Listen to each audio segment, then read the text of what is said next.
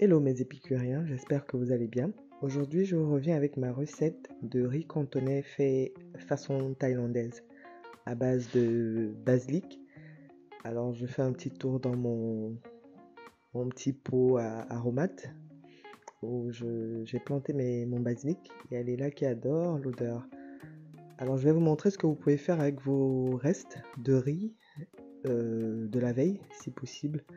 C'est encore mieux que vous avez au frais. Et n'importe quelle protéine que vous aurez trouvé dans votre frigo, ça sera parfait. Moi, j'ai des crevettes que j'ai cuisinées à l'ail la journée précédente.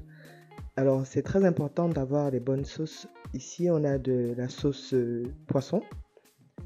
C'est la sauce, l'équivalent de la sauce soja chez les Thaïlandais. Là, j'ai de la sauce huître.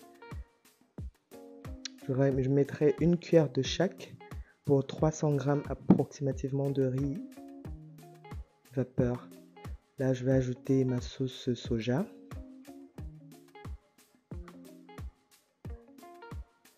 Ensuite, je vais rajouter du poivre blanc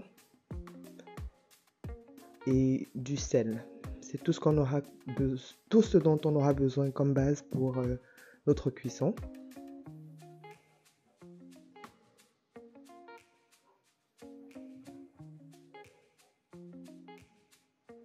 Il est important de préchauffer votre marmite ou votre wok à très haute température parce que ce que nous essayons de faire, c'est du riz cantonais, donc du riz sauté.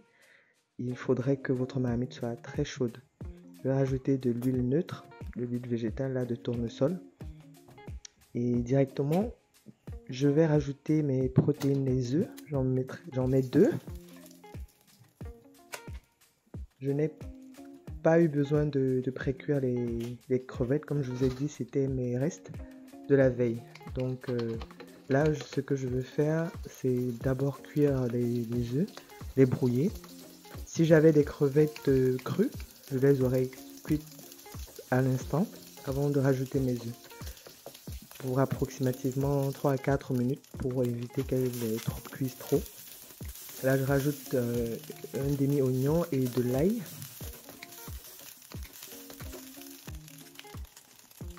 Et voilà mes crevettes de la veille. Donc je voulais de différentes saveurs, j'étais obligé de les utiliser. Et là, elles ont été faites avec de l'ail pardon, et du vin et du beurre de table.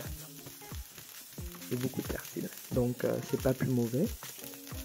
Et là, j'ai rajouté mon riz qui avait déjà passé une nuit au congélateur. Donc toute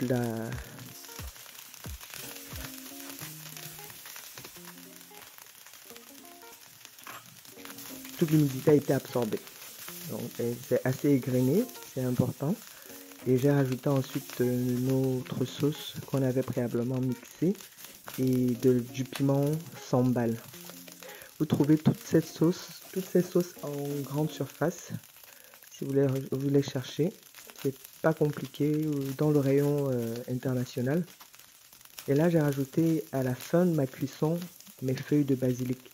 L'odeur est carrément super délicieux. À vue d'œil et dans la bouche, je vous garantis. Là, vous avez un repas que vous avez mixé en moins de 30 minutes. Et toute la famille va bien se régaler. Je vous souhaite un très bon appétit et à très bientôt pour une prochaine recette. Enjoy!